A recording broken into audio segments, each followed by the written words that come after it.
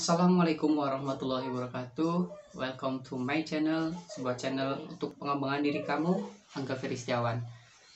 Kali ini saya ingin menjawab sebuah pertanyaan dari salah satu rekan saya seperti ini. Jadi bagaimana sih Kak cara untuk melancarkan public speaking? Maka saya bawakan sebuah tema khusus, tips melancarkan public speaking.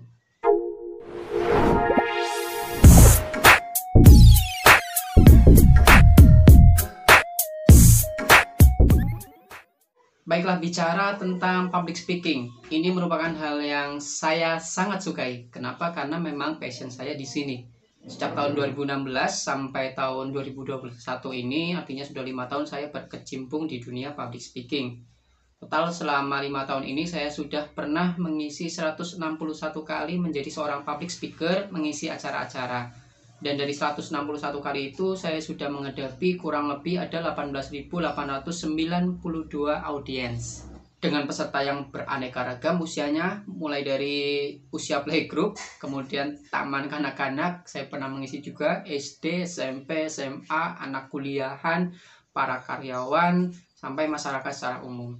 Saya juga sudah mengisi baik secara offline ataupun online. Nah, pengalaman ini akan saya sharingkan buat teman-teman bagaimana sih agar kita bisa melancarkan public speaking kita. Nah, saya punya 3 tips sederhana agar rekan-rekan bisa lancar dalam melakukan public speaking. Saya sudah mempraktekkan ini dan semoga 3 hal ini bisa teman-teman lakukan untuk memudahkan Anda mencapai level lancar dalam public speaking. Langkah yang pertama yaitu mirroring. Ini adalah latihan yang paling dasar yang bisa teman-teman lakukan, yakni dengan cara melakukan omongan, melakukan obrolan seolah teman-teman sedang melakukan public speaking namun di depan cermin. Semakin besar cermin yang teman-teman pakai akan semakin efektif. Nah, untuk cermin ini artinya teman-teman melakukan latihan secara mandiri sendiri. Ini yang paling mudah bisa kita lakukan latihannya. Karena mungkin bagi yang masih malu, kalau bicara di depan cermin ini kan nggak ada siapapun ya, artinya sudah bisa lebih percaya diri.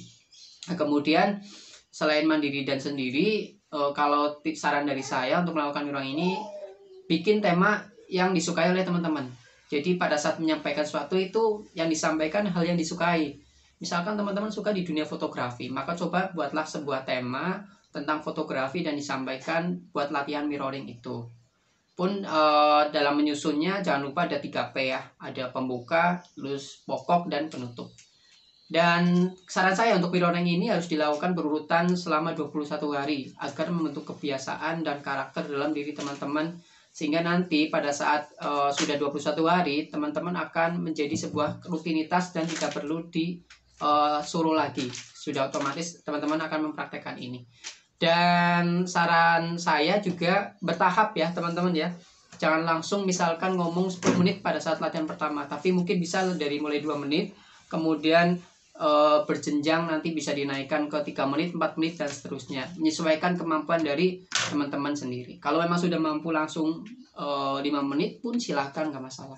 Yang penting berjenjang dan harus runtut, ada pembuka, terus pokok, dan penutup. Oke, kemudian tips yang kedua, level yang kedua, latihan yang kedua, setelah kita terbiasa melakukan mirroring, maka lakukanlah recording. Nah, recording ini artinya kita melakukan public speaking atau bicara dengan direkam. Seperti yang saya lakukan sekarang. Jadi ngomong temanya sama, boleh dengan yang dilakukan di mirroring, tapi bedanya ini direkam teman-teman.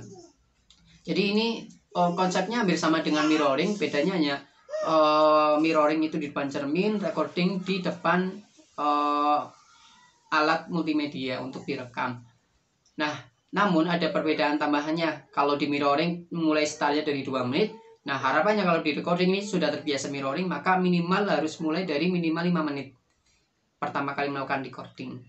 Agar nanti selama 5 menit kita bisa menilai nih. Jadi fungsi recording ini agar nanti bisa di play ulang, kemudian teman-teman bisa menilai apa sih kekurangannya, apa yang harus ditonjolkan, mana bagian yang harus diperbaiki, dan sebagainya. Sehingga hari demi hari teman-teman akan terus menemukan kekurangan, memperbaiki, dan akan mencapai taraf yang sempurna dari sudut pandang teman-teman masing-masing. Ini juga sama, harus dilakukan berurutan 21 kali. Nah, selain untuk dievaluasi, maka recording ini juga bisa teman-teman gunakan untuk konten. Bisa dengan tips yang sama, yaitu dengan tema yang disukai. Sehingga nanti kalau teman-teman bisa unggah di YouTube teman-teman, ini akan menjadi sebuah bahan evaluasi internal sendiri plus sekaligus sebagai konten. Siapa tahu nanti bertahap demi tahap teman-teman bisa menjadi seorang konten kreator ya. Karena kalau yang namanya konten kreator itu tidak instan langsung mahir langsung bisa, tapi bertahap juga melalui trial and error. Ini juga jadi salah satu tips untuk bisa menjadi seorang konten kreator. Nah, kemudian yang ketiga, ini cara level yang ketiga ya, setelah teman-teman bisa melakukan mirroring, recording, and ketiga itu adalah mentoring. Nah, mentoring ini harus dilakukan kalau teman-teman ingin bisa level up public speakingnya. Untuk mentoring, yang pertama teman-teman harus cari satu orang besar ya, satu tokoh besar, public speaker besar yang sudah nasional atau internasional untuk menjadi kiblat teman-teman belajar.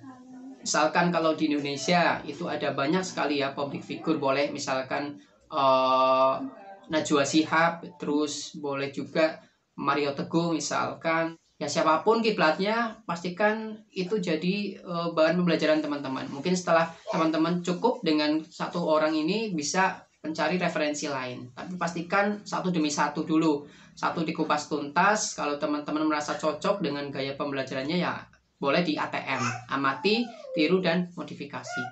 Kemudian selain teman-teman mencari satu orang sebagai kiblat, harus mencari satu orang sebagai mentor. Bedanya kalau satu orang sebagai kiblat tadi boleh di level nasional internasional yang mungkin kita belum bisa akses langsung ya. Nah kalau mentor ini teman-teman harapannya yang bisa diakses secara langsung. Artinya orang-orang terdekat di sekitar Anda atau yang Anda bisa hubungi yang memang dia sudah bisa atau pengalaman public speaking yang cukup. Setelah kita mencari kiblat, mencari mentor, maka teman harus mencari sebuah komunitas yang akan memotivasi teman-teman terus untuk bisa terus berlatih public speaking. Boleh komunitas public speaking atau komunitas-komunitas lain yang akan melatih public speaking kita. Ya kalau misalkan teman-teman masih belum menemukan, teman-teman boleh gabung ke komunitas apapun yang di situ itu aktif kegiatannya.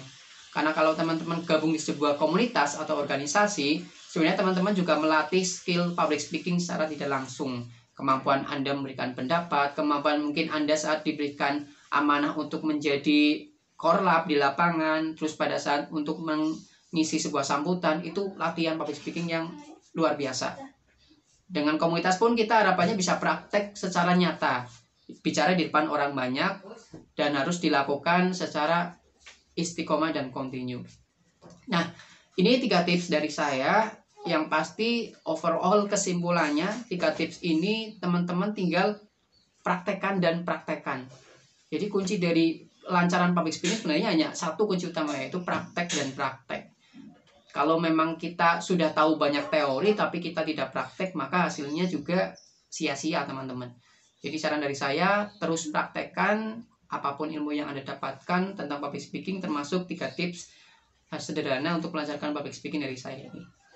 Itu sementara dari saya teman-teman, semoga bermanfaat dan selamat mencoba. Jadilah seorang public speaker yang bisa menginspirasi dan memotivasi orang-orang di sekitar Anda untuk melakukan hal yang lebih baik dan menjadikan dunia ini menjadi tempat yang lebih sempurna. Salam dari saya, Angga Feri Setiawan. Sampai jumpa di video berikutnya.